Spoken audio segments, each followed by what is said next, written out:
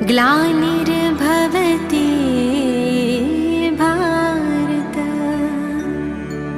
अभ्युत्थानम् अधर्मस्य तदात्मानं सृजाम्यहम् परित्राणाय साधूनां विनाशाय च दुष्कृतां धर्म संस्थापनार्थाय संभवामि संगम युगे।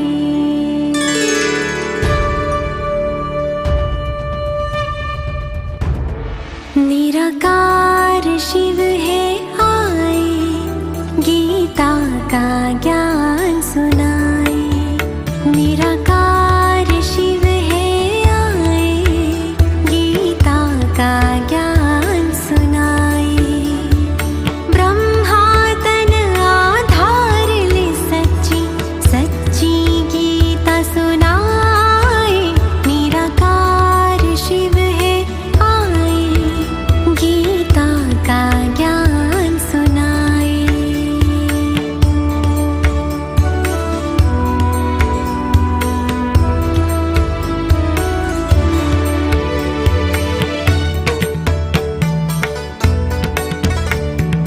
भ्रष्टाचार दुराचार मिटाने आए हैं शिव भारत में। भाग्य विधाता स्वयं पधारे, साधारण तन ब्रह्मा में। ब्रह्मा मुख से शिव की वाणी, जो गीता कहलाए। निराकार शिव है आए, गीता का ज्ञान सुनाए। निराकार शिव है आए, गीता का ज्ञान सुनाए। सर्वधर्मान् परित्यज मामेकं शरणं व्रज। अहं त्वां सर्वपापेभ्यो मोक्षयिष्यामि मा शुचा।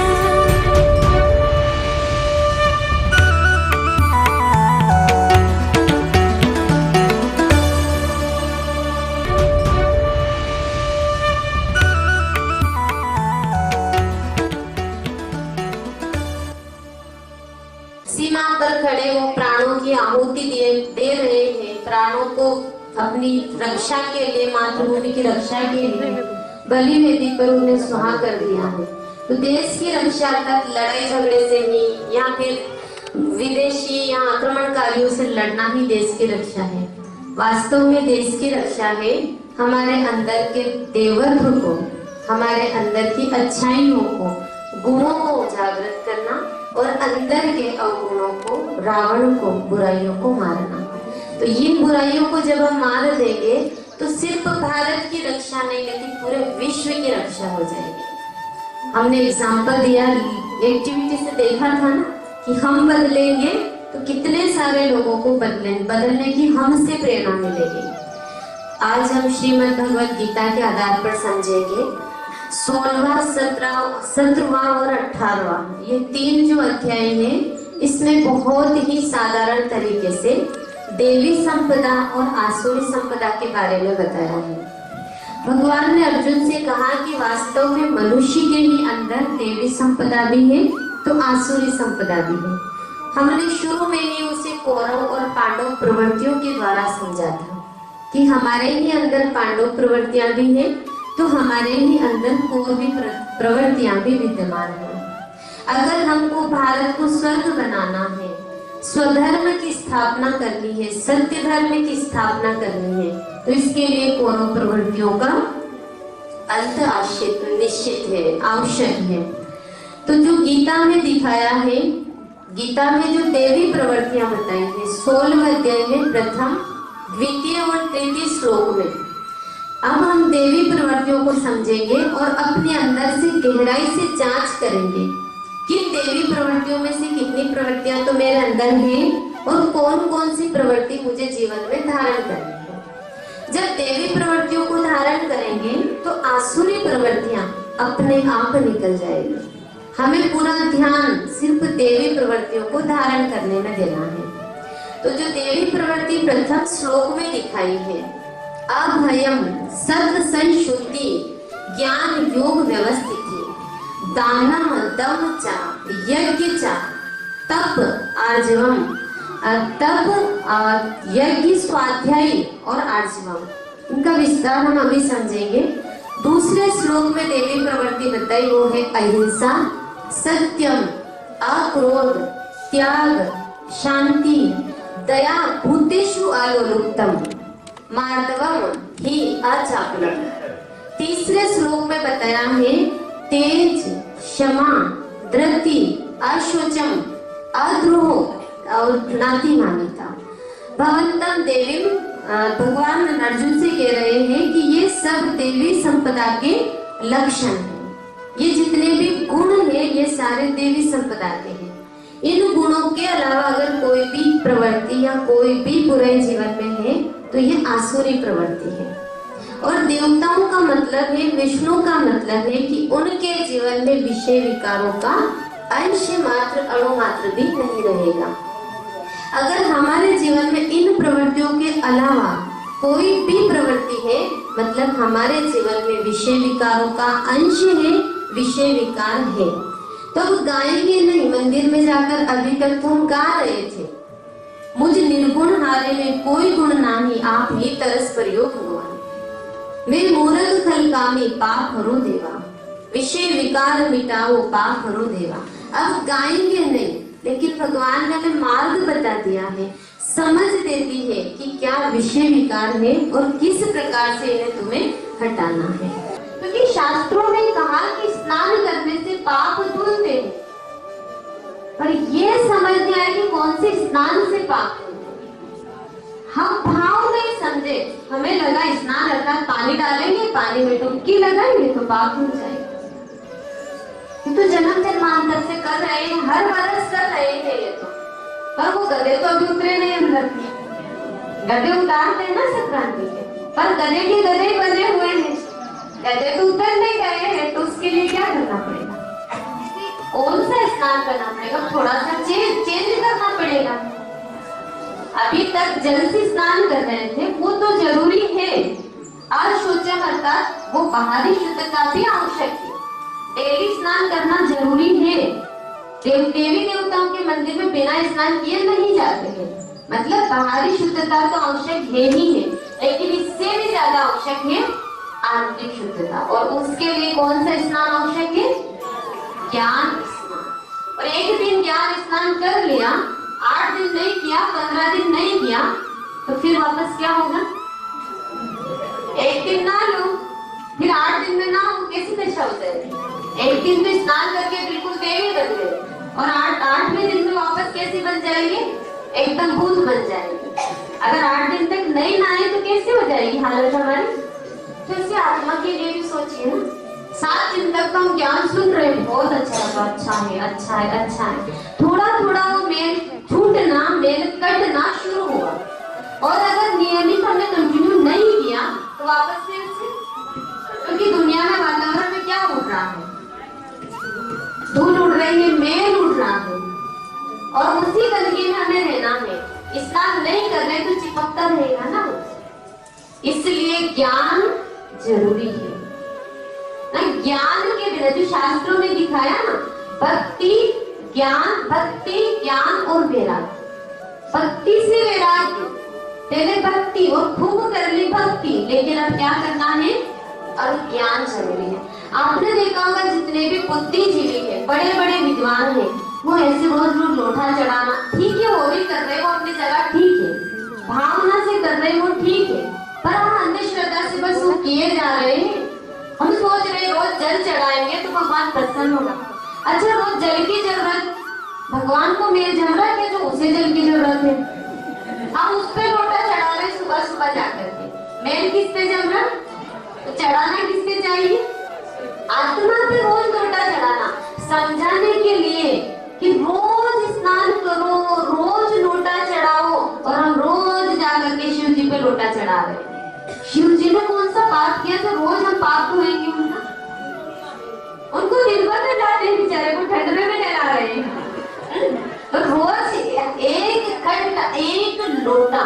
अर्थात 1 घंटा अपने ऊपर जल ज्ञान स्नान की, ज्ञान अमृत की वर्षा, बूंद बूंद टपकाना, अर्थात इस ज्ञान को बुद्धि रूपी पात्र में बूंद बूंद बूंद बूंद रोज रोज रोज रोज भर देना, तब ये बुद्धि रूपी पात्र बनेगा और तब अंदर के गड्ढे भरेंगे।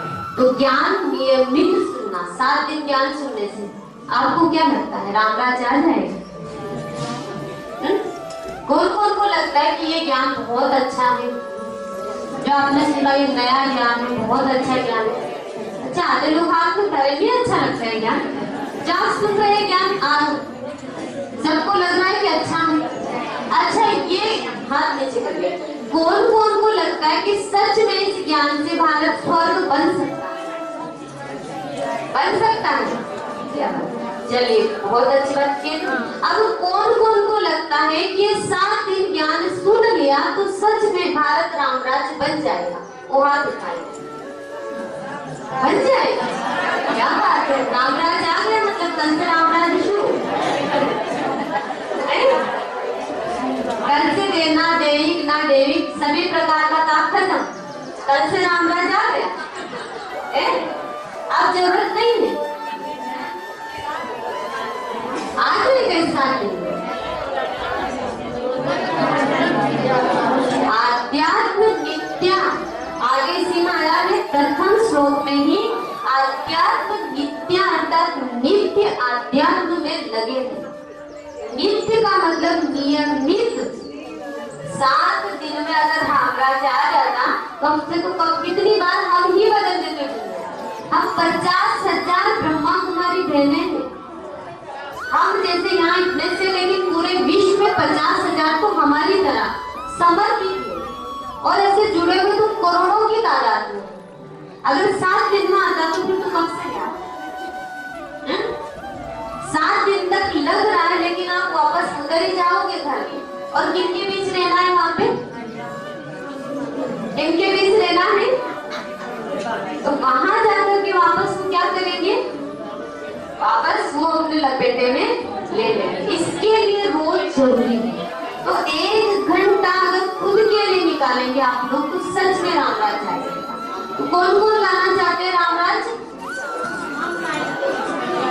हम लाएंगे। तो इसके लिए 1 घंटा कौन कौन निकालेगा आज? फिर अभी भी बताइए। अब हाथ कम हो गए, ऐसे कैसे रामराज लाएंगे? गर्दनें नीचे करके बैठ गए आप लोग। तो ज्ञान योग व्यवस्थित है, और योग करना, योग क्या है? तो योग वास्तव में आत्मा का परमात्मा से जोड़ना। आत्मा को कैसे जोड़ना? मन और बुद्धि के द्वारा परमात्मा को याद करना, मन के तार परमात्मा में जोड़ना, ये है योग। और इस योग को, इसे राजयोग कहा गया है, और राजयोग को समस्त योगों का राजा कहा गया। लोगों ने इसके बारे में कहा कि ये जो योग है, राज विद्या राज गुह्यम पवित्रम इदम उत्तमम धर्म प्रत्यक्षागमम धर्मम सुसुखम कर्तम अव्ययम। राज विद्या अर्थात ये सारे योगों का राजा है। राज गुह्यम अर्थात ये अति गुह्य है, गोपनीय है। अभी तक आपने जो ज्ञान सुना ये नया ज्ञान है, क्योंकि ये भगवान के द्वारा दिया गया। ये गोपनीय ज्ञान है, गुह्य रहस्य है। पवित्रम इदम उत्तमम अर्थात ये बहुत पवित्र है, पवित्र दुनिया की स्थापना करने वाला ज्ञान और योग है। उत्तम बहुत उत्तम प्राप्ति कराने वाला है। प्रत्यक्षावगमम अर्थात प्रत्यक्ष फल की प्राप्ति कराने वाला, प्रत्यक्ष फल करेंगे और तुरंत मिलेगा। धर्मम सुसुखम धर्म युक्त है, धर्म विरुद्ध नहीं है, धर्म युक्त है। जो शास्त्रों में दिखाया वही ये ज्ञान है, वही ये योग यहाँ सिखाया जाता है। कर्तम अव्ययम अर्थात अविनाशी प्राप्ति कराने वाला है, और सब कोई कर सकता है, सुख पूर्वक कर सकते हैं। बैठे बैठे मन को भगवान में लगाना, बुद्धि को परमात्मा में लगाना, मन और बुद्धि से सर्व संबंध जोड़ करके उनसे प्यार आनंद शक्तियों की किरण अपने ऊपर भरना, बुद्धि रूपी पात्र को पवित्र करना, ये है राजयोग। तो इस राजयोग के ही लिए आपके लिए ज्ञान रखा है। आगे जो सत्र होंगे उसमें गहराई से आपको राजयोग समझाया जाएगा, क्योंकि हमें पिछले सत्रों में हमने महाभारत, गीता और इनके आधार पर समझा, राजयोग हमने अभी नहीं समझा है। तो जो अभी 7 दिन तक ज्ञान चलेगा उसमें आपको गहराई से राजयोग समझाएंगे, राजयोग की अनुभूति करना बताएंगे कि कैसे अनुभूति करें, कैसे परमात्मा से संबंध जोड़ करके मन को एक दिशा दें, मन को जो चंचल मन है उसे एकांत शांत करें, ये आपको बताया जाएगा। तो ज्ञान योग व्यवस्थित होना, दानम दमचा, दानम अर्थात सुपात्र को दान देना, ये देवी प्रवृत्ति है, सुपात्र को दान देना। दान तो हम सब करते हैं, लेकिन पात्र की समझ नहीं होने के कारण कई बार हमारा दान हम सोचते हैं पुण्य के खाते में जा रहा है, लेकिन वो परख ना होने के कारण पाप के हिस्से में चला जाता है। जैसे हमने कहानी सुनी थी सीता मैया की कि सीता जी ने रावण को दान दिया था, पर दान देने के बाद में और उल्टा क्या हुआ, वही लेकर चली। क्यों? क्योंकि परखने की शक्ति नहीं थी। तो आज हमारे ऊपर भी ये माया का ऐसा पहरा, ऐसा छाया आ गया है, आकर्षण हम आ गए हैं कि परख शक्ति हमारी कम हो गई है, और परख शक्ति ना होने के कारण हम सुपात्र कौन कुपात्र कौन इसकी समझ पहचान नहीं कर पाते। जैसे आपके घर में, आपके घर के बाहर कोई भिखारी आया, आपने उसके ऊपर दया करके आपने 50 रुपए दिए, पर वास्तव वो भिखारी नहीं था, वो चोर था, डाकू था। उसने 50 रुपए से एक छुरा खरीदा, एक चाकू खरीदा, और उसने रात में किसी का मर्डर कर दिया। तो आपने सोचा था कि मैंने तो 50 रुपए पुण्य के खाते में जमा किए, दान किया, लेकिन वास्तव में आपके 50 रुपए किस वाले खाते में पहुंच गए? क्योंकि आपके पैसे के चाकू से उसने किसी व्यक्ति का मर्डर किया। तो ये कलयुग में परख ना होने के कारण इसीलिए गीता ने कहा पात्र को, सुपात्र को दान करें। अब कैसे पता चले? क्या कोई आए तो उनको कुछ दे नहीं चाहिए? देना भी है, पर हमें वो परख होनी चाहिए, और वो परख शक्ति कब आएगी? जब हम नियमित ज्ञान सुनते हैं और योग अभ्यास करते हैं। तो जो ऊपर हमारे पर्दा आ गया वो पर्दा हटता जाएगा, हमारी बुद्धि निर्मल स्वच्छ बनती जाएगी, और हम सामने वाले के विचारों को पढ़ पाएंगे, उनके भावों को समझ पाएंगे, उनके वाइब्रेशंस को कैच कर पाएंगे, और हम किसी भी प्रकार के धोखे में नहीं आएंगे। दान, और दान का एक और मतलब जो दिखाया है कि दान मतलब गुप्त दान। आज हम दान करते हैं, एक छोटा सा पंखा भी देंगे तो उसकी तीनों पंखुड़ियों पर भी नाम लिखवा दें। इतना सा दान किया, उस पंखुड़ियों में नाम लिखवा दिया, तो जो किया था वो जमा नहीं हुआ, वो तो हवा में उड़ गया। एक सीढ़ी बनाते स्टेप, उन सीढ़ियों पे तक नाम लिखवा देते। आपने देखा होगा मंदिरों में सीढ़ी बनी, छोटा सा गेट है, घंटा है बजाने को, घंटे में तक नाम लिख दिया।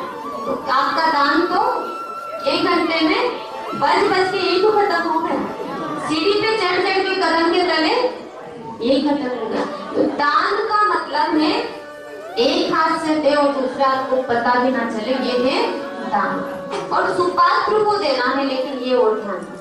तो इसके लिए परख शक्ति आती है हमारी राजयोग के।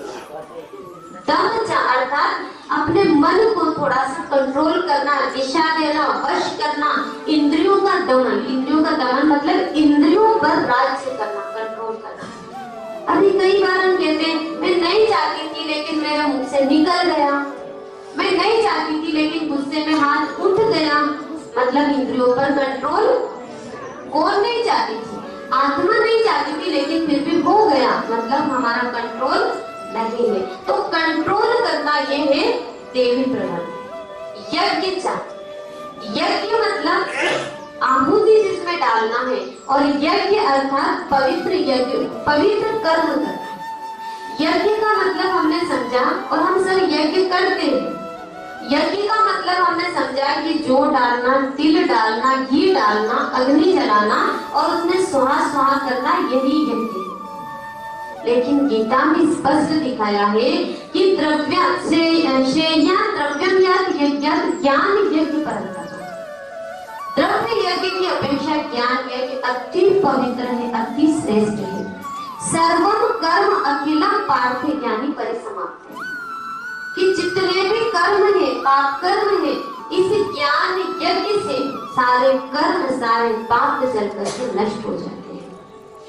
द्रव्य यज्ञ ने ज्ञान यज्ञ करने की कहा है। वैसे तो 12 प्रकार के यज्ञ बताए हैं, लेकिन हर यज्ञ अलग अलग तरीके का है।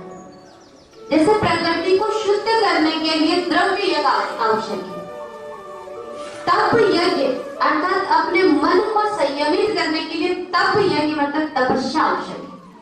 लेकिन अगर आत्मा में शांति सुख प्रेम, घर में शांति सुख प्रेम चाहते हैं तो उसके लिए ज्ञान यज्ञ आवश्यक है। क्योंकि घर में अगर शांति है, जीवन में दुख तकलीफें हैं, परिवारों में संबंधों में कटुता है, तो इसकी वजह क्या है? हम यज्ञ में क्या करते हैं? जो डालते हैं। तो क्या जो की वजह से मेरे घर परिवार में शांति हो रही है? शांति के लिए यज्ञ किया जाता है ना, सुख और समृद्धि के लिए यज्ञ किया जाता है। तो क्या तिल की वजह से लड़ाई चल रही, बीमारी आ रही है क्या? उसमें घी डाला जाता है, तो क्या घी दुख का मूल, दुख का कारण है क्या? यज्ञ का मतलब है उन चीजों को जलाना, उन चीजों को स्वाहा करना जिनसे मेरे जीवन में कष्ट है, जिनसे मेरे परिवार में तनाव है, कटुता है, अशांति है।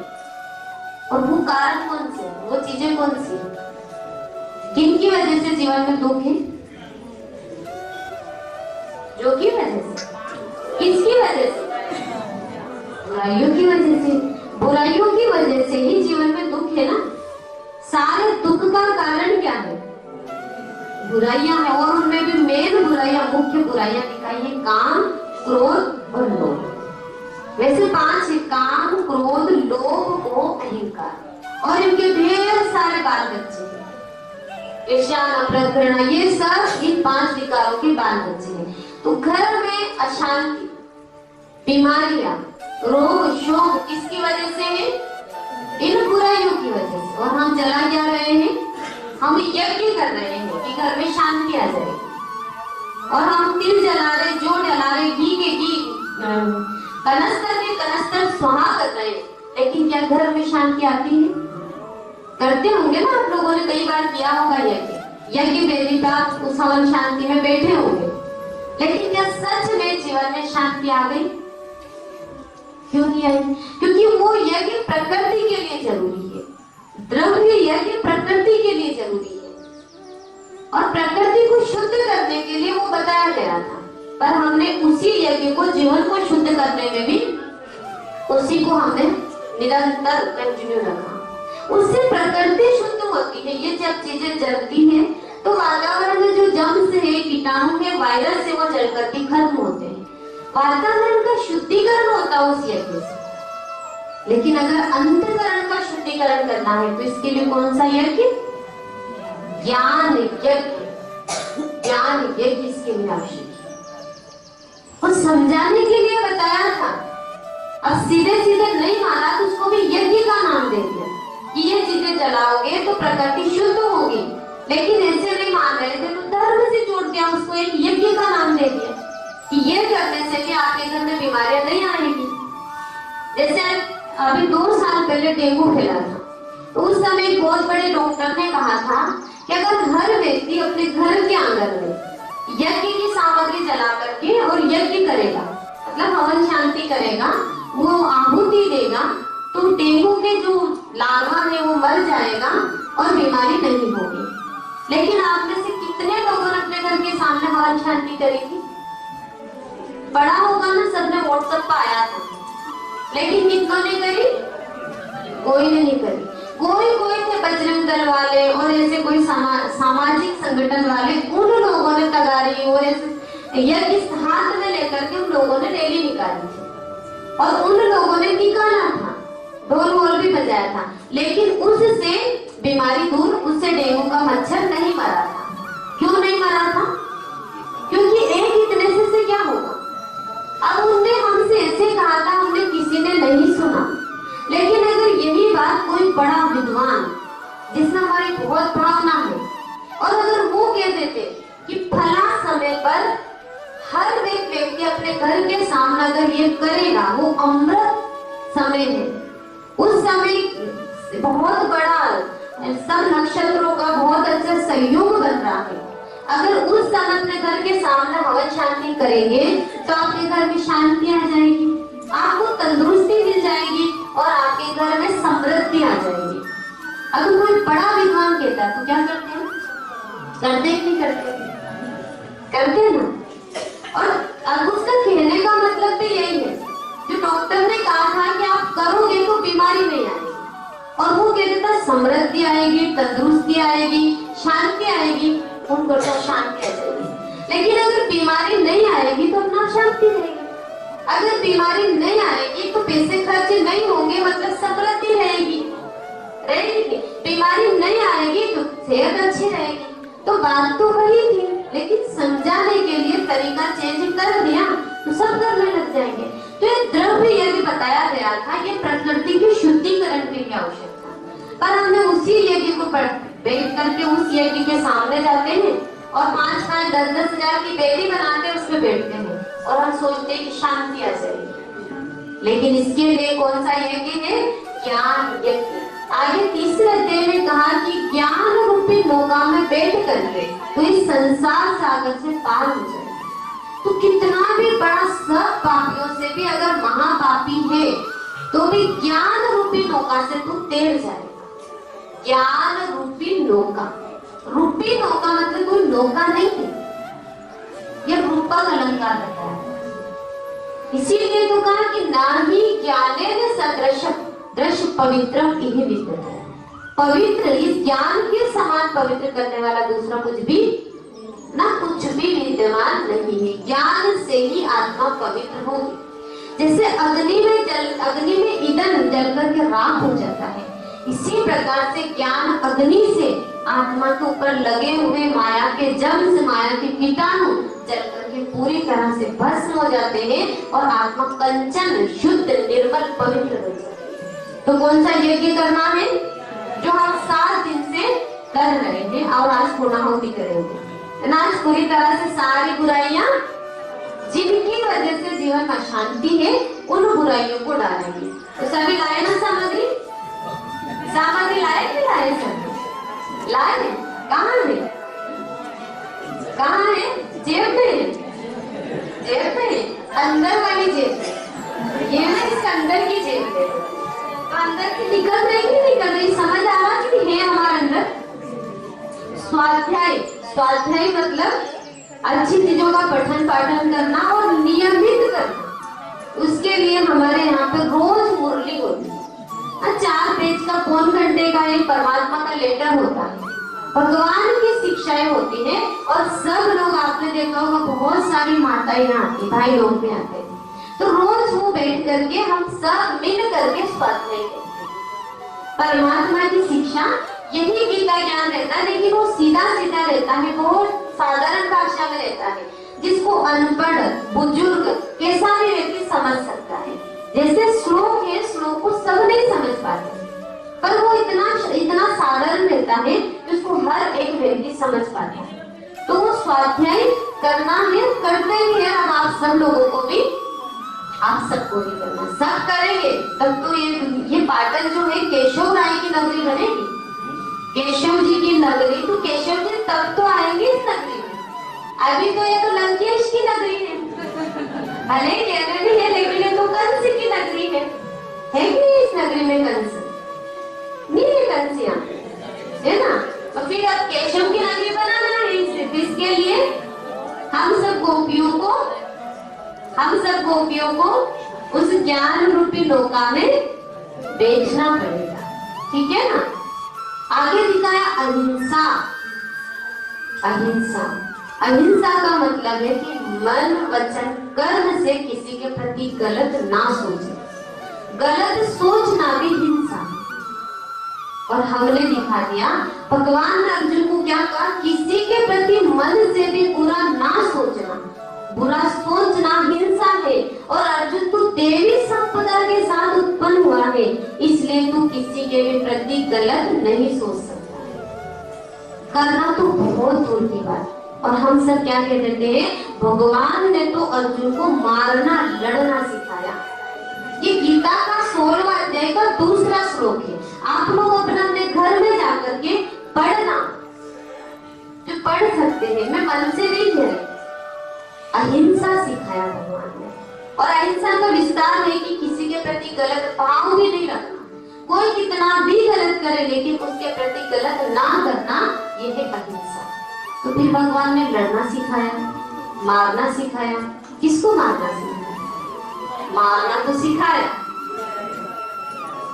ना, मारना सिखाया, लेकिन क्या बताया? त्रिविधम नरकाशिदम द्वारा नाशनम कामं क्रोधा तथा लोभा तस्मात् एतत् त्रयं त्यजेत्। काम देश क्रोध देश, तीसरे अध्याय में बताया है कि काम देश क्रोध देश बाहर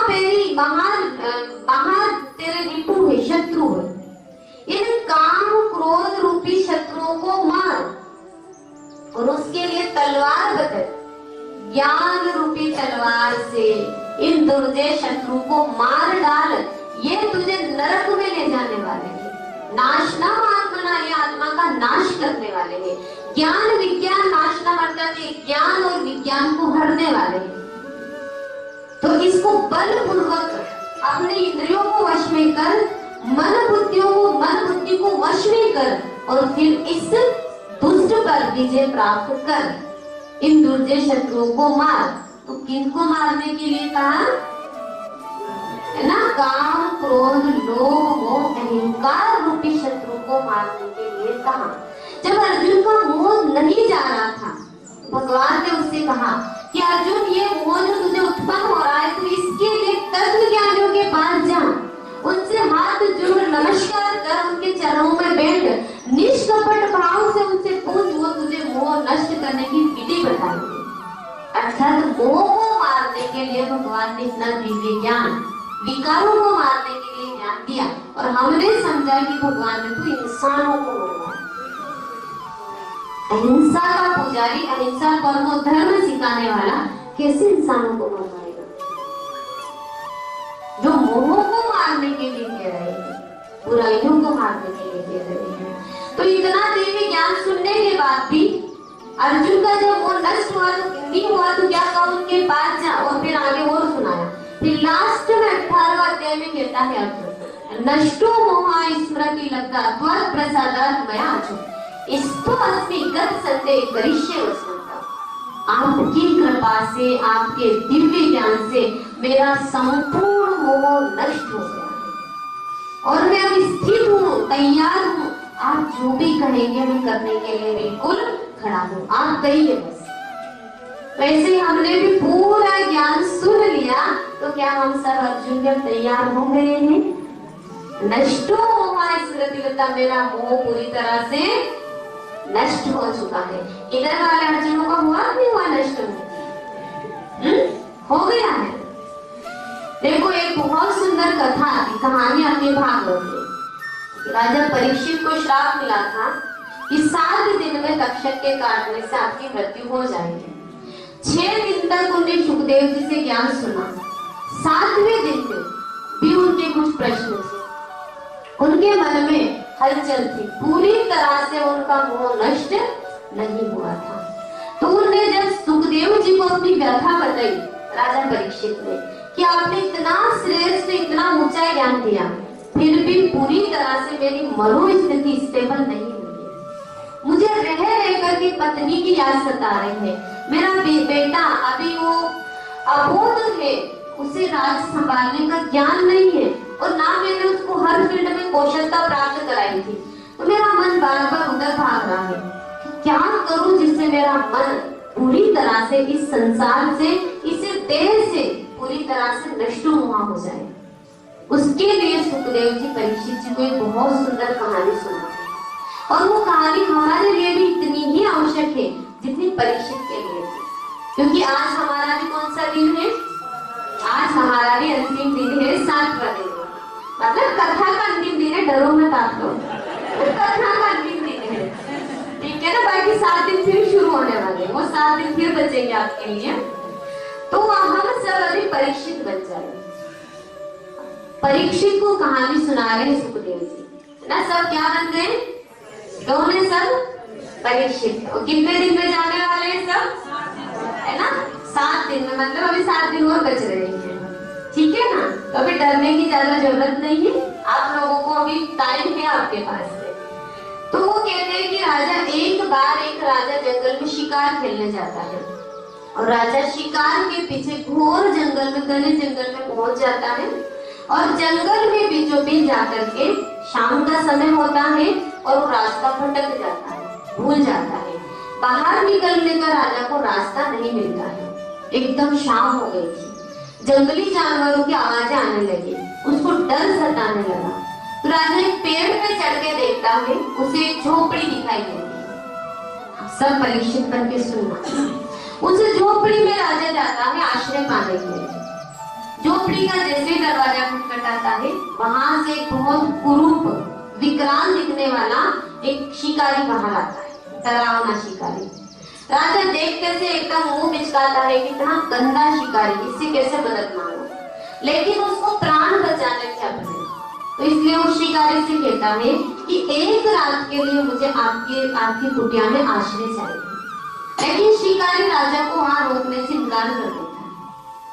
शिकारी कहता है कि नहीं, मैं अपनी कुटिया में आपको नहीं रोक सकता। राजा कारण पूछता है। शिकारी कहता है कि मेरे यहाँ आपकी तरह कई सारे राहगीर मुसाफिर आते हैं और वो एक रात की कहकर के रुकते हैं, लेकिन जब जाने का समय होता है तो जाने से इनकार कर देते हैं, वो जाते नहीं। इसलिए मैं आपको यहाँ नहीं रोक सकता। राजा कहता है, वादा करता है राजा, और राजा कहता है कि मैं राजा हूँ, मेरा बहुत बड़ा राजपाट है, मैं मालिक हूँ वहाँ का, और मैं सूपा होते ही आपके यहाँ से चला जाऊंगा, मैं और लोगों की तरह नहीं करूंगा। बहुत रिक्वेस्ट करता है, जिद करता है, अनुनय विनय करता है। तब शिकारी एक रात के लिए सिर्फ उसको रोकने की परमिशन देते हैं। राजा जैसे ही कुटिया में कदम रखते हैं, इतनी गंदगी उस कुटिया में नजर आती है कि एकदम बाहर कदम निकाल देता है। पर फिर सोचता है कि कहाँ जाऊंगा, रात का समय है, शिकारी ने ठीक कर दिया, जानवरों ने ठीक कर दिया, तो क्या करूंगा। तो फिर वो अंदर जाता है, और अंदर जाता है तो वो देखता है कि वहाँ बहुत गंदगी पसरी पड़ी है। वो जो पक्षी थे, पक्षियों का शिकार करता था, पशुओं का शिकार करता था, जो भी शिकार करके लाता था उसी कुटिया में उसने टांग रखा था। कहीं से रक्त टपक रहा है, कहीं से मांस के लिए लोथड़े टपक रहे हैं, मांस बिखरा पड़ा हुआ है, और उसी छोटी सी कुटिया में मलमूत्र त्यागने की भी व्यवस्था थी। अलग से नहीं था, ऐसे ही मलमूत्र भी पड़ा हुआ था। राजा को दम घुटता है, बहुत बदबू आती है, पर फिर भी मन मार करके राजा उस कुटिया में ना रात निकालने के लिए अंदर जाता है। अब जैसे ही जाता तब तो भयंकर बदबू आती है, उसका जी एकदम बहुत ज्यादा बेचैन हो जाता है। लेकिन जैसे रात बीतती है, अब राजा को वही बदबू, खुशबू लगने लगती है, और जैसे ही सुबह होती है राजा कुटिया छोड़ने से इनकार करता है। राजा परीक्षित से पूछते हैं कि राजन आप बताइए कि जो राजा ने किया, क्या उसने सही किया। राजा परीक्षित एकदम गुस्से में लाल बबूला हो जाता है, और कहता कैसा मूर्ख राजा है ये, इसे इतनी भी समझ नहीं है, इसी गंदगी में कैसे रह सकता है, और है कौन आखिर उस राजा का नाम बताइए। इतना मूर्ख राजा कौन हो सकता है कि जो अपने राज्य को छोड़ करके, राज्य के इत्र की सुगंध को छोड़ करके और उस गंदगी में रहने के लिए तैयार हो गया। कौन है वो राजा? सुखदेव जी कहते हैं कि वो राजा कोई और नहीं है, वो आप ही हो। वो राजा कोई दूसरा नहीं, वो आप ही हो। कि जब आप इस दुनिया में आए थे तब इस तन रूपी कुटिया में आप आना नहीं चाहते थे, लेकिन फिर भी समझा बुझा करके आपको भेजा, आप आए। जब 9 महीने तक वहां थे तब भगवान से प्रार्थना करी, मुझे इस कुटिया से बाहर निकालो, गर्भ जेल से बाहर निकालो, मैं आपका ध्यान करूंगा, आपका नाम लूंगा, आपका ही होकर के रहूंगा। और उस कुटिया से जबरन बाहर आया, उसके लिए आपने प्रार्थना करी। लेकिन जैसे ही बाहर आए और इस तन रूपी कुटिया में ऐसे कैद हुए जिससे वैराग्य था, लेकिन उससे इतना राग हो गया कि अब जब कुटिया छोड़ने का समय आ गया, वहां से वादा करके आए थे, गिनती की सांसें लेकर के आए थे, अपनी एक्सपायरी डेट लिख करके आए थे, लेकिन जब अब जाने का समय हो रहा है तो इस कुटिया से निकलने का नाम ही नहीं ले रहे हैं। थोड़ा सा तनिक अंदर झांक के देखिए इस कुटिया में। जैसे उसमें हम कहानी में सुना कि वहां पे तो सबके मुंह बिगड़ रहे थे, कितनी गंदगी थी, लेकिन इस कुटिया के अंदर देखिए भगवान का ज्ञान। ये क्या है? शहद की बूंद। अच्छा, बच्चे बड़े हो गए, उसके बाद में दूसरी बूंद क्या आएगी? बच्चे बड़े हो गए, उसके बाद दूसरी हो जाएगी आप लोग। उसके बाद में क्या आ जाएगा? आप बच्चों की शादी कर दे, बच्चों की पढ़ाई पूरी हो जाए, उसके बाद में फ्री। आपने शादी भी कर दी, बच्चे की नौकरी भी रख दी, लेकिन क्या उसके बाद में मन आपको छुट्टी देगा? फिर भी ये मन क्या करेगा? तीसरी बूंद आ जाएगी। अभी तो नई नई बहू आई है, अभी बहू किचन का खेती बाड़ी का ज्ञान भी नहीं है, थोड़ी सी बहू को सिखा दे, फिर आएगी। इतने में बहू सीख गई, फिर चौथी बूंद तैयार हो जाएगी। क्या हो जाएगी? अब छोटे छोटे पोते आ गए। अब बहू तो खेत में जाती है, बेटा नौकरी में जाता है, धंधे में जाता है, छोटे छोटे बच्चों को कौन संभालेगा? प्राइवेट स्कूल में जाते हैं, स्कूल बस में बिठाना, स्कूल से लाना, तो ये सारा किसको करना पड़ेगा? तो ये क्या है? ये चौथी बूंद दिखाई, बस पोते बड़े हो जाएंगे ना ऐसे। उसके बाद पूरे कम्युनिटी होंगे आपकी तरफ फ्री। लेकिन जैसे ही पोते बड़े होंगे, इतने में हमारे हाथ पांव, हमारा शरीर चलने में असमर्थ हो जाएगा। फिर कहेंगे मैं तो जाना चाहती हूँ, मैं तो आना चाहती हूँ, लेकिन हाथ पांव ही काम नहीं देते, साथ नहीं देते हैं, आंखों से दिखाई नहीं देता है, कानों से सुनाई नहीं देता। आपके घर वाले भी कहेंगे थोड़ी चले जाओ मंदिर में, वो भी नहीं चाहते कि आप वहीं पे बैठे रहो। लेकिन फिर ऐसा समय आ जाएगा कि ना तो कोई आपको लाने वाला मिलेगा, और अगर आप चले भी जाओगे तो भी सुनाई नहीं। तो ऐसा समय हमारा चला जाएगा और भगवान आके चला जाएगा, लेकिन ये शहद की बूंदें कभी खत्म होने वाली नहीं। तो इसीलिए गीता का ज्ञान अगर हम सोचे कि तो बुढ़ापे में सुनने का ज्ञान है, अगर हम सोचेंगे तो अंत में सुनने का ज्ञान है, तो जिंदगी भर तो हम उस रस की बूंदों को टेस्ट करते रहे, उन्हीं में हम उलझे रहे, और अंत में भगवान का ज्ञान सुनेंगे तो ज्ञान अंदर जाएगा, अंदर बैठेगा वो भगवान का ज्ञान। जिंदगी भर इतने मोह मारे उलझे रहे, इतनी पंक्ति हमने जमा रखी है, तो भगवान का ज्ञान तो अंदर जा ही नहीं सकता। सब उल्टा खड़ा होता है, यहाँ ऐसा होता है बर्तन मिट्टी का बर्तन है, 4 साल से उसमें पानी भर रहे हैं, फिर धीरे धीरे कैसा हो जाता है? मजबूत हो जाता है, फिर उसमें पानी नहीं जमेगा, वो ठंडा भी नहीं रहेगा पानी। तो अगर हम भी इन बातों में, बंधनों में नहीं फंसे रहेंगे और भगवान के लिए, खुद के लिए ये टाइम नहीं निकालेंगे, तो फिर बाद में सुनने बैठेंगे, वो ज्ञान अंदर नहीं जाएगा। इसीलिए ये आपके गांव में गीता ज्ञान यज्ञ रखा है कि हम समय देते, जाग ले, समय देते, भगवान को अपना हाथ देते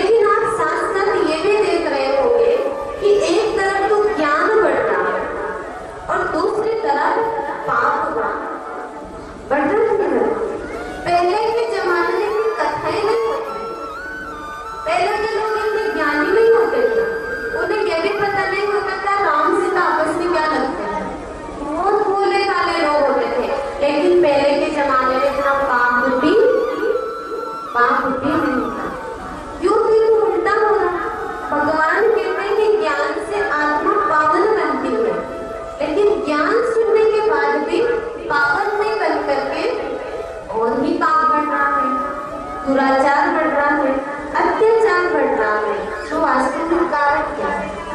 किसी ने बहुत सुंदर बात कही है, लेकिन ज्ञान को सुन रहे हैं, लेकिन ज्ञान को धारण नहीं करते। जैसे आप डॉक्टर के पास गए, डॉक्टर ने आपको दवाई लिख के दे दी और उस पर्ची को आपके हाथ में देते हुए कहा इस दवाई को इसको सुबह और शाम लेना, या आपको कहते कि आप इसे देख लेना, सुबह शाम में एक एक के देख लेना। तो आप लाकर उस पर्ची को और उस पर्ची को सुबह और शाम दोनों टाइम देख रहे हैं। या भले आप मेडिकल पे चले गए, बहुत महंगी दवाई के लिए दवाई भी लेके आ गए, डॉक्टर ने कहा था एक एक देख लेना और अगर ठीक नहीं हो तो 15 दिन या 8 दिन बाद फिर से आना, एक एक देख लेना।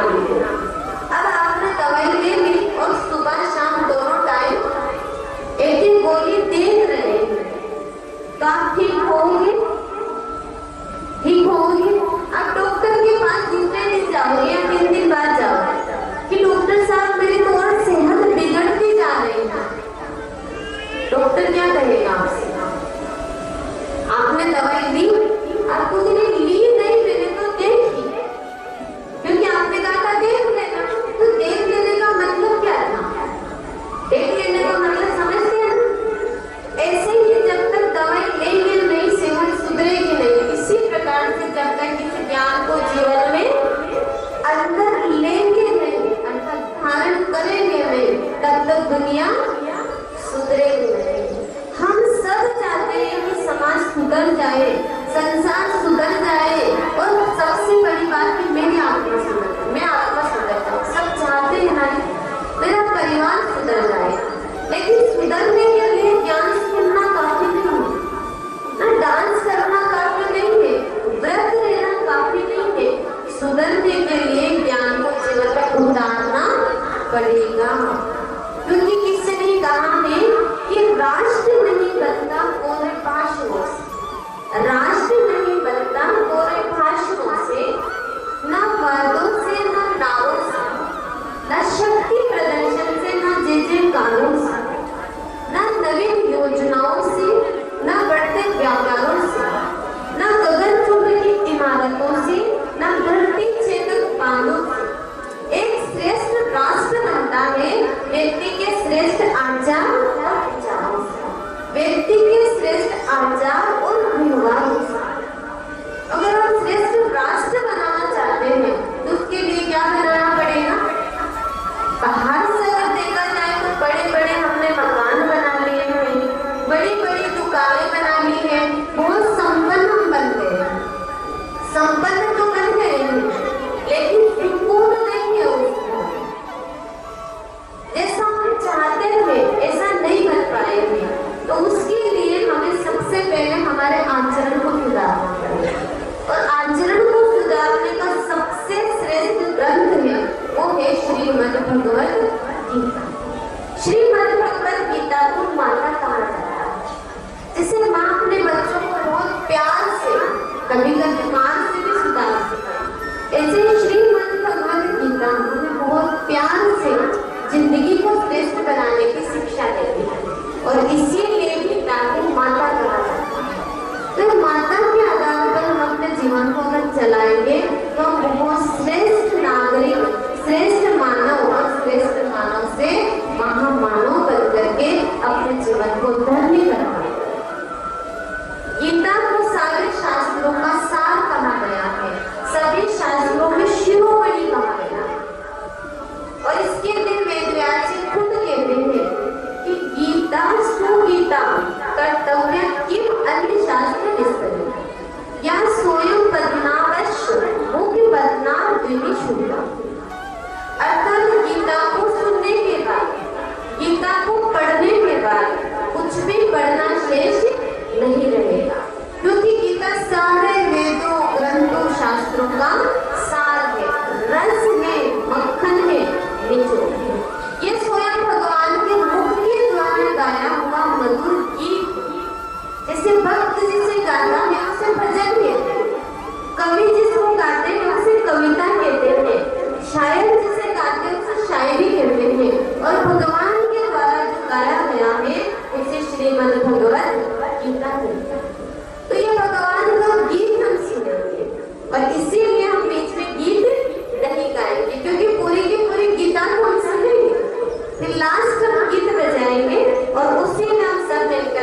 रास करेंगे गोपियां बनकर। वो हमारा गोपी वल्लभ और हम सब उसकी गोपियां। बाकी बीच में उस माँ की शिक्षाओं को सुनेंगे और सुनने के साथ साथ बस सुनेंगे, क्या करेंगे? सुनने के साथ साथ आप बताइए क्या करेंगे?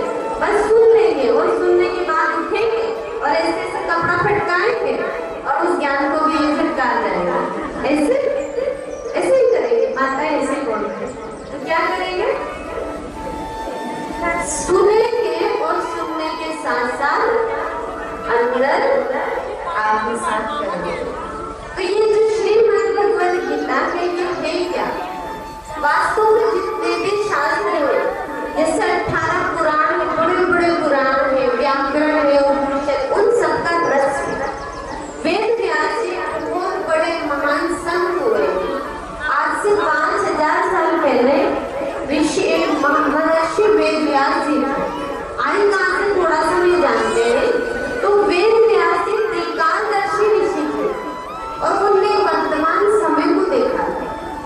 5000 साल पहले उन्हें कलयुग को देख लिया था और उनने आज से 5000 साल पहले महाभारत की रचना की। और महाभारत को कैसे लिखा? उन्होंने ध्यान में जाकर के ध्यान की स्थिति में उस महाभारत ग्रंथ की रचना की। तो इसके लिए आता है शास्त्रों में कि अष्टादशी पुराणानि नव व्याकरणानि च निर्मध्ये चतुरो वेदान मुनिना भारतम रचना।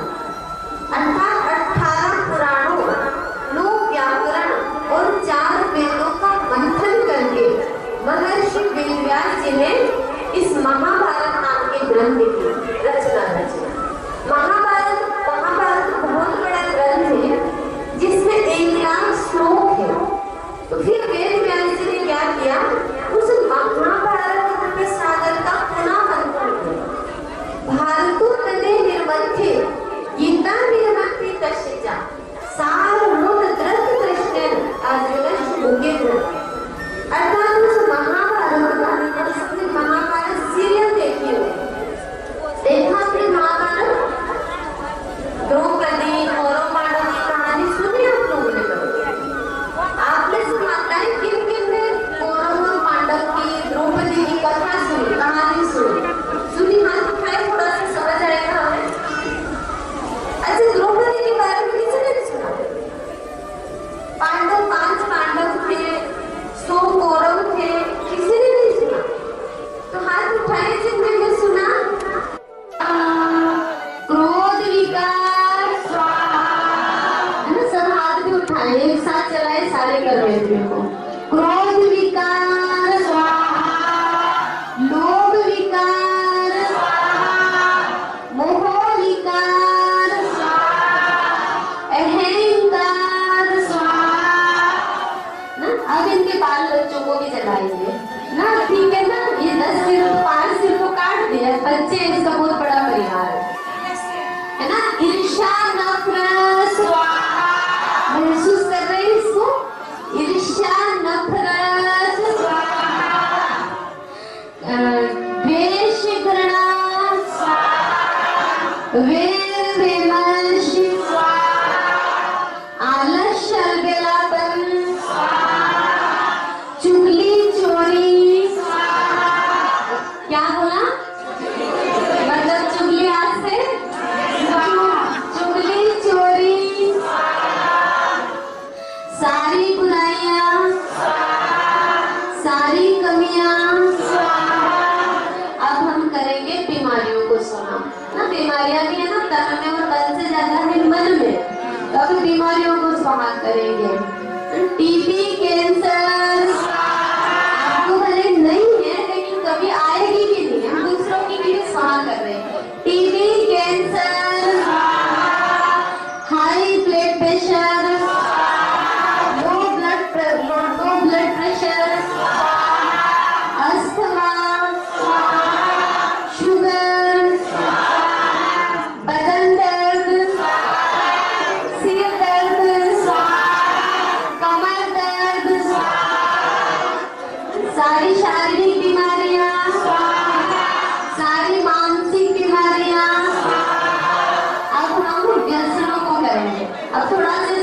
सभी लोग प्यार से दिल से अच्छे से करेंगे ना। बीड़ी सिगरेट सारे भाई लोग उठा रहे ना। बीड़ी सिगरेट, गुटखा, तंबाकू, अफीम, चिलम, देसी विदेशी शराब, गांजा, भांग,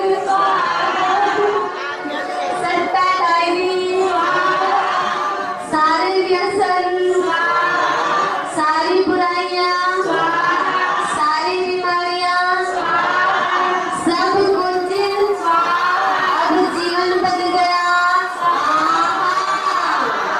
सारी बीमारियां अब जीवन बन गया। तो अब हम जीवन बन गया तो हम करेंगे वाह वाह। अभी हम गीत गाएंगे, नाचेंगे, झूमेंगे, बैठे बैठे हम अभी खुशियां मनाएंगे।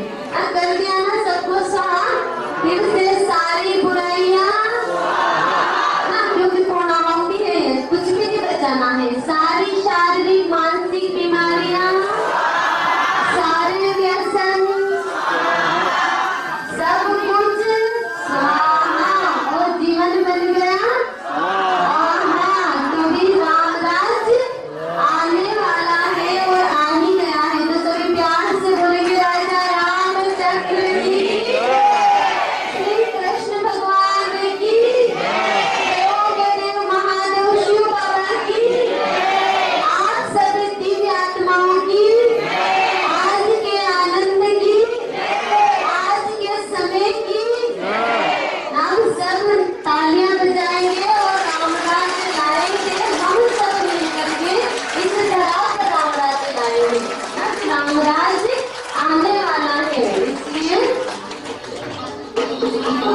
सभी तालियां बजाएंगे, झूमेंगे प्यार से, क्योंकि सब कुछ और ये दे दिया और दिया ना वापस नहीं लेते हैं, है ना। ये दे दिया, इसको वापस नहीं लेना है। तो हमारा जीवन क्या बन गया? देवी देवताओं के समान दिव्य बन गया।